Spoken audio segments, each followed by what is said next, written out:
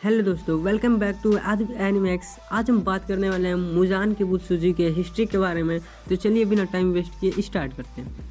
एक ऐसा नाम जो हर डीमन की कहानी का आधार है, एक ऐसी शख्सियत जो सिर्फ शक्ति से नहीं बल्कि अपने डर से दुनिया पर राज करता है। डीमन स्लेयर्स के यूनिवर्स का सबसे बदनाम और सबसे पावरफुल यूनिट मुजान किबुत्सुजी। आज हम उस इंसान के बने मॉन्स्टर्स की कहानी एक्सप्लोर करेंगे जिसके डर से ना सिर्फ इंसान बल्कि उसके अपने फॉलोअर्स भी कांपते हैं। मुजान किबुत्सुजी हर ह्यूमन का ओरिजिन है। एक वक्त पे सिर्फ वो एक इंसान था, हाँ, एक वीक और बीमार इंसान जिसके जीने के चांस लगभग ख़त्म हो चुके थे।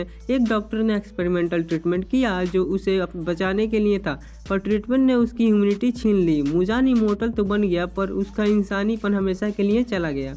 वो मोमेंट था जब दुनिया में पहला डीमन पैदा हुआ।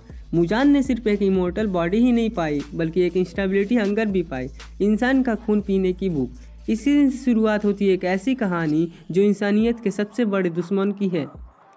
मुजान के पास सिर्फ शक्ति नहीं थी, उसके पास दिमाग और समझने की क्षमता भी थी जो उसे एक परफेक्ट विलन बनाती है। वो कभी एक वेल्थी नोबल मैन बन के सोसाइटी में रहता था, कभी एक मासूम बच्चा और कभी एक सुंदर औरत। हर फॉर्म में उसकी एक ही चाल थी, छुपना और अपने दुश्मनों को अंधेरे में रखना।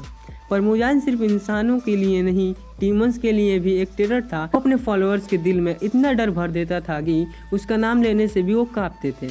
उसका एक ही रूल था, मुझे हर हाल में ओबे करो वरना तुम्हारा अस्तित्व मिटा दिया जाएगा।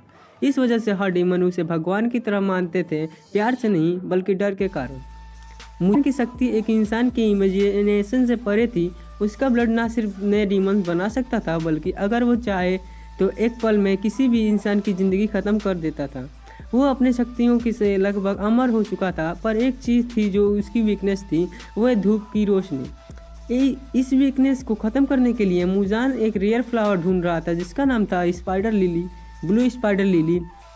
ये फ्लावर उसे कंप्लीट इनविजिबिलिटी दे सकता था। उसका ऑब्सेशन इतना ज़्यादा था कि वो नए डीमंस बनाता रहा इस उम्मीद में कि कोई डीमंस उसकी तलाश पूरी करेगा। लेकिन ये ऑब्सेशन उसकी स्ट्रेंथ से ज़्यादा उसकी कमजोरी बन गई। हर बदमाश का एक दिन मरना तय होता है और मुजान इसका एक्सेप्शन नहीं था। डीमन स्लेयर्स क्रॉप के हर स्लेयर्स ने अपनी जान दांव पर लगाई उसे हराने के लिए। तांजीरी नेजुकी और पूरी डीमन स्लेयर्स क्रॉप का एक मिशन था, मुजान को ख़त्म करना और इंसानियत को बचाना।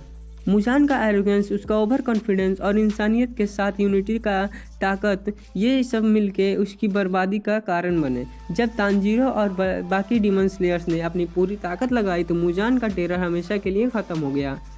मुजान के साथ एक ऐसा एरा का अंत हुआ जो सिर्फ डर और दुख से भरा था। उसकी मौत ने सिर्फ इंसानियत को नहीं, उस डीमन को भी आज़ादी दिलाई जो उसके शासन के नीचे दबे हुए थे। पर क्या मुजान सिर्फ एक विलन था या उसकी कहानी एक ट्रेजिक फिगर की थी जो इमोर्टिलिटी को ऑब्सेशन में अपना सब कुछ खोता गया। मुजान किबुत्सुजी सिर्फ एक नाम नहीं था, एक मिसाल था कि पावर और एरोगेंस का अंजाम क्या होता है। आपको क्या लगता है मुजान एनिमी हिस्ट्री का